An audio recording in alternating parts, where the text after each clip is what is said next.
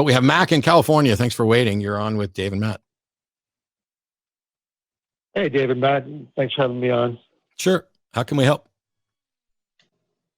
Well, I just wanted to discuss, I thought a good topic perhaps for the two of you would be the necessity of religion and how that relates to God or the concept of God. So what do you mean by the necessity of religion? Are we talking about strict philosophical, and actually we couldn't be. So I don't know what you mean by necessity of religion. Well, I would say that it's almost that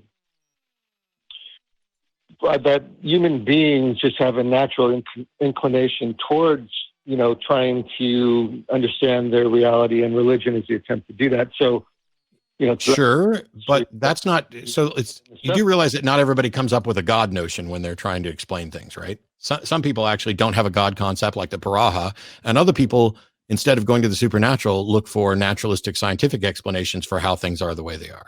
So I don't see that religion is necessary. Can you clarify? Because I'd love to get Dave to chime in here, but when you say the necessity of religion, it seems like you're just saying, hey, people look at the world and they have questions, and many of them come up with these sort of religious notions to try to answer those questions. And I agree with that. Yeah. Is that all you're saying? Do you? No, I would say, religion Are you overarching than that, and that it actually encompasses, worldview more than just, a system of organized thought that people have devised. And I guess, let me put it broadly, I'd say that, most of, the foundation of what our society is built on has come through religion, and that, our very concepts of morality are grounded in that, whether you want to accept them as objective or subjective, except that they're not. My view of morality isn't grounded in Christianity or religion at all. Well, I can understand you thinking that, but I would say that your whole psychology, is based on the culture that you were raised in. That culture. No, sir. I've rejected the religion of the culture in which I was raised. I reject many of its precepts. The only thing I kept from the religion I was raised with were the things that were secularly justified, like you shouldn't murder people. But if you listed like the 10 Commandments, I don't have any God, let alone one before Yahweh. I have no objection to making graven images. I have no objection to not honoring a mother or father. I have no objection to taking the Lord's name in vain.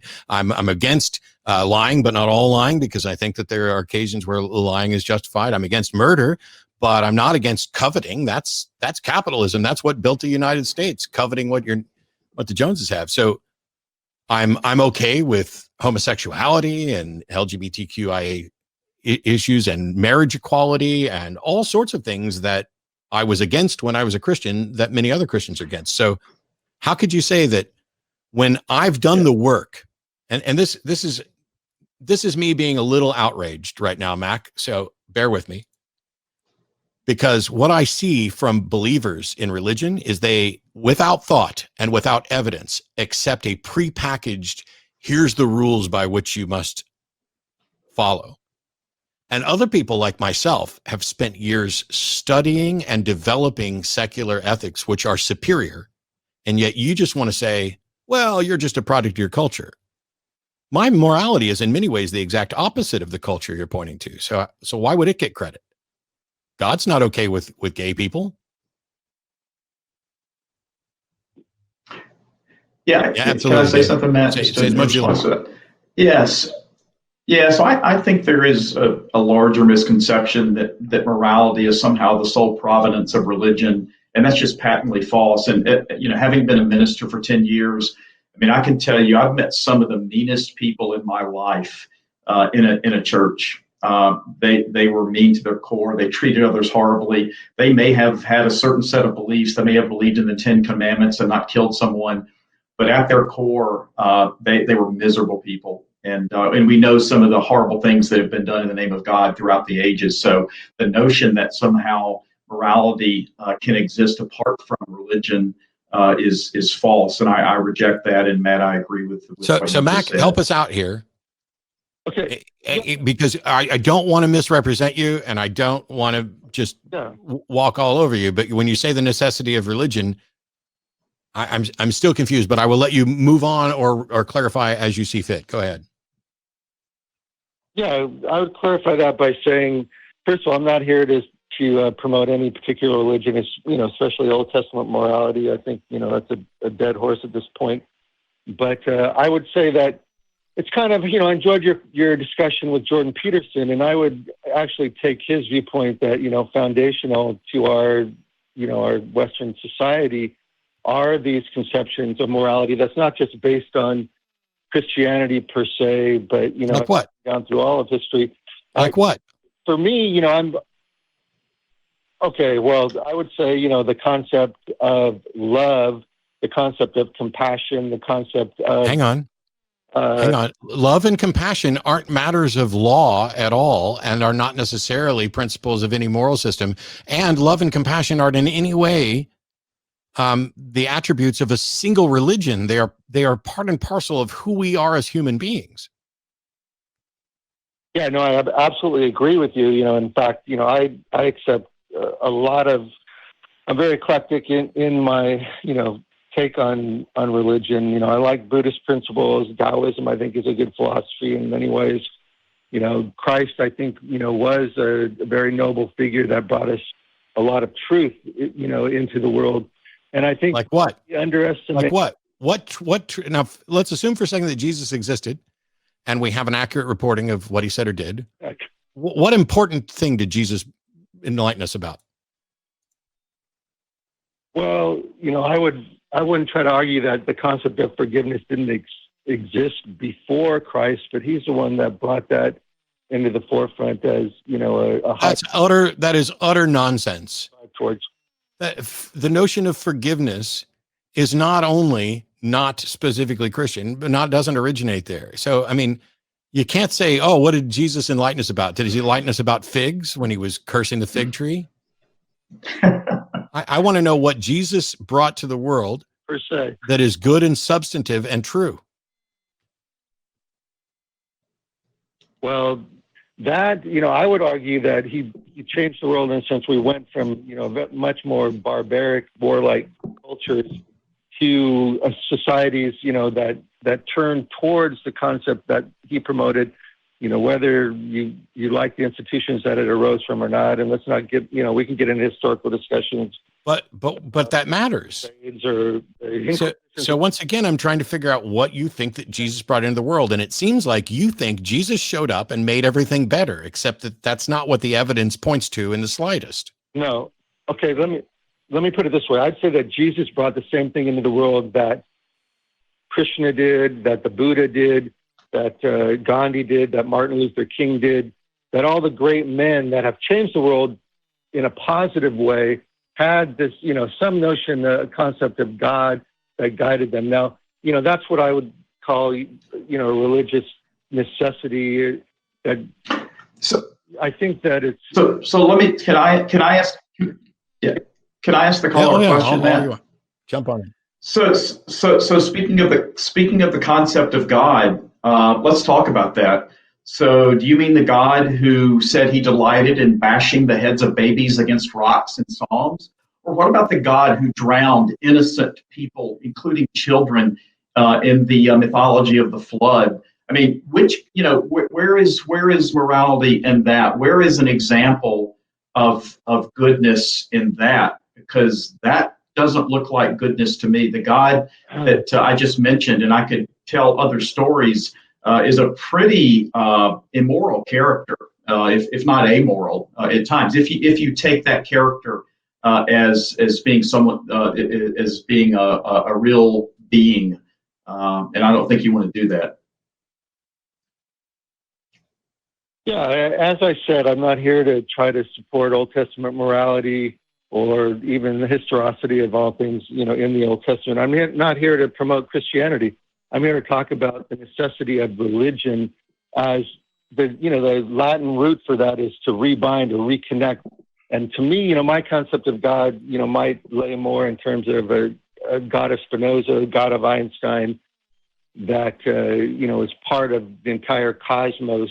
And I know it gets kind of nebulous and not not very explanatory when you start talking about God in that way.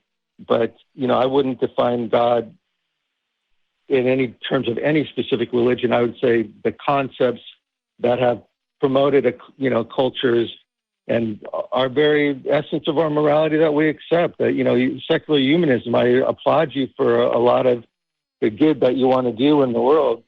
And, I think secular humanism has the potential to do a lot of good.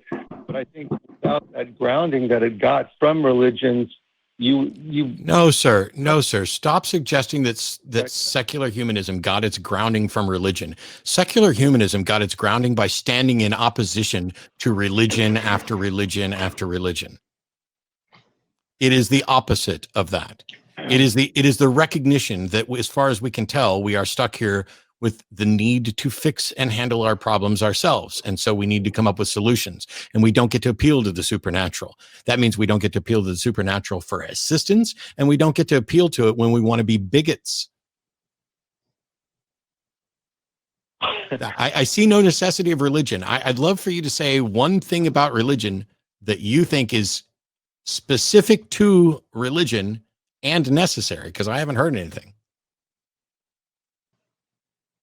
I would say the nature of the concept of love your neighbor as yourself, love.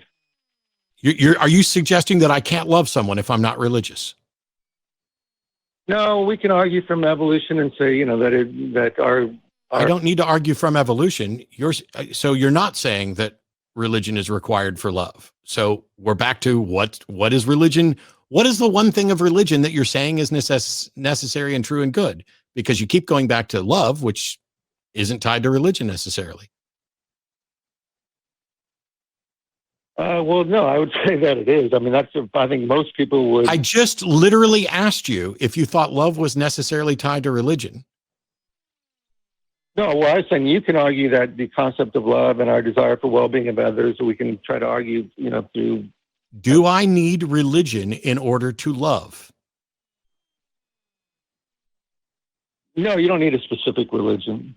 Okay, then religion isn't relevant to love, right? No. Do I need a bowling ball if I want to go bowling? That's a false dichotomy. I would say the concept of love. Don't say it's a false dichotomy. I asked, do I need a bowling ball if I want to go bowling? I mean, okay, no. Yes, you need a bowling ball. Yes, because the way we define bowling, the act of doing that, a bowling ball is a necessary component of that. Do I need religion to love someone? You've said no, which means religion is not a required component of what it means to love. Okay, well, let me put it this way, because maybe this will give you an idea of more of the overarching idea of what I'm talking about. I would agree with Jordan Peterson in that the basis, the foundational reality that our, Western society, at least, is built on is, religion is foundational to that. And that if we sweep all of that away, that I really do think we would have anarchy. I don't think so. I am not remotely interested in your bullshit speculations any more than I was with Jordan's bullshit speculations while I sat there and he was making them. To suggest that the world would crumble without religion is just fear-mongering bullshit that has no basis in fact. I'm not saying without religion, but the concepts and you are literally saying religion is necessary, and you are desperately trying to find the one thing you can point to show that it's necessary. And when you come up with examples and I show how they're not necessary, they don't make religion necessary, you just keep moving on to the next thing. And now you've moved on to Jordan. I'm going to agree with the Jordan Peterson here about what the foundations of our culture are. Well, this call wasn't about the foundations of culture. Our culture, irrespective of its foundations, is doing just fine. And none of that gets to the necessity of religion. So what is it that makes religion necessary? Okay, let's think of it in terms of causality. I would say that the cause of the principles that our culture is built on have sprung from religion. And in that sense, now that we have these concepts of morality and like what? Or at least respecting your neighbor. My morality is not tied to religion. My position on issues is not tied to any religion at all. If all you're saying is that we have positions because that we also had religions. So fucking what? That's not a necessary religion. That's just describing that people have done a lot of thinking about stuff and moved on. What am I missing, Dave? Let me attack it from another. Yeah. No, let's go back. I mean, I don't want to bring up slavery, but I mean, if we're talking about what a great bedrock of morality and righteousness that religion has brought to us, then what do you do with slavery? Or Matt, to go back to something you said earlier, what do you do with the genocide of people that we kicked out of this land, who were here before we? I mean, you're trying to make an argument about this foundation that never existed. And then if you want to make that argument, I just gave you a glaring example of slavery is one that, stands in opposition to everything you're saying. How do you explain that? And just so you know, people used religion to make arguments to support slavery, as did those who attacked it. I'm not getting it. I just want to know what makes religion necessary, because I have yet in all of my years to have anyone come up with an example. The things they like to point to tend to be things about who we are as human beings, that we are communal, that we have family, that we have people we care about, we have people love, we get together in groups, we benefit from working in groups. And that means that we have to create some rules about how that group's going to interact. And that means that we need to sit down and either say, oh, you can do this or you cannot do that because my invisible friend says so, or we can argue about what we should be allowed to do from a reasonable foundation. I choose the latter because it's better, but at no point has anything in my life required religion. Yeah, no, I understand that. And perhaps the framing it as a necessity of religion was maybe a little bit too strong of a claim. But can we just transition quickly to Sure. why I wouldn't go so far as to be an atheist? Well, you do realize that all an atheist is someone who's not convinced there's a God, right? So it's not like you have to go very far. You've actually gone in the wrong direction. You believe something that you may or may not have good reason for. But all I'm saying is I'm not convinced. But go ahead. What was the next point? I think I really enjoy all the atheist theists back and forth. I think it's pretty fascinating. And honestly, I think because of the fact that, you can't prove a not X and therefore say X. And you can though. If a proposition is falsifiable, that's essentially what that means, is that there is some way to show that it's false. So the statement, you can't prove a negative, just isn't true. You can prove many negatives. No, I'm not saying that, but I'm saying that's an argument from incredulity if you do it either way. If I say that you can't prove that God does not exist. You don't have to. That's not the requirement. The requirement is to prove that God exists. Whether or not we can prove that God doesn't exist is irrelevant. You can say that I can't prove that God exists, therefore he doesn't. But both of those are arguments. I'm not going to say that. I would just ask you: can you prove that God exists? Okay, I know you don't like. I know you may not like this tack, but I'm going to go with a cumulative argument. And please don't associate this with any Christian apologists necessarily or anything like that. But I think it does make sense logically, just if you take, all the information that we have from science and everything else, including evolution, I would say that there's a good cumulative case argument that, based on causality, based on the complexity of life, based on consciousness, that there is some causal principle that goes beyond brute facts, at an infinite regress that can explain all of reality. You just lost. You just lost. You watered down your God to the point where it is now nothing. Because when you say that something overcomes brute facts, now you are making appeals to something other than facts. And the only thing I care about are facts. So you've watered your God down to the point where it is now useless. And all you're really saying is that when I look around at the world, it makes more sense to me that a God is responsible for it than that there's some other explanation. And that makes your argument fallacious. And so if you're not going to present any reason to believe in a God, and you're just going to go with fallacies, and then you're just going to make assertions about the necessity of religion, I think we got to move on because there's only like 8 minutes left in the show. Okay, well, let me I'll just end this and say that Nothing that I said was fallacious. And no, sir, I just pointed out the fallacy that as soon as you claim that it goes beyond facts, you are no longer talking about something that is tied to reality. I never said anything goes beyond facts. I was saying causality. Literally, there's people in chat quoting you about your brute fact statement. Are you saying that you didn't say that? I'm saying that if you're trying to take ultimate reality back to... What is ultimate reality? I only know reality. The entire cosmos, That's reality, not ultimate reality. That's reality. Okay, just reality. I'm saying that if you want to take reality back to some unknown, brute fact, self-causing physical laws that existed from eternity, that's just as much of a mystery as any concept of God. And no. Saying we don't know is preferable to pretending that you do. And that's what you're doing. You are pretending you know when the right answer is we don't know. Shit. Fallibilist, and I'm also an agnostic, ultimately. I don't think, but I'm saying that the cumulative evidence leans towards... That is not an argument. Force. I don't care if you use the word cumulative. Do you know how obnoxious it is to have somebody say, well, the cumulative assessment is that you haven't provided anything? I might as well just say the cumulative evidence is against you. Oh, the cumulative assessment of people who I've talked to this week are against you. You have not made an argument. You have not provided evidence. You have just prevented another way to shirk up. I'm gonna go ahead and drop the call.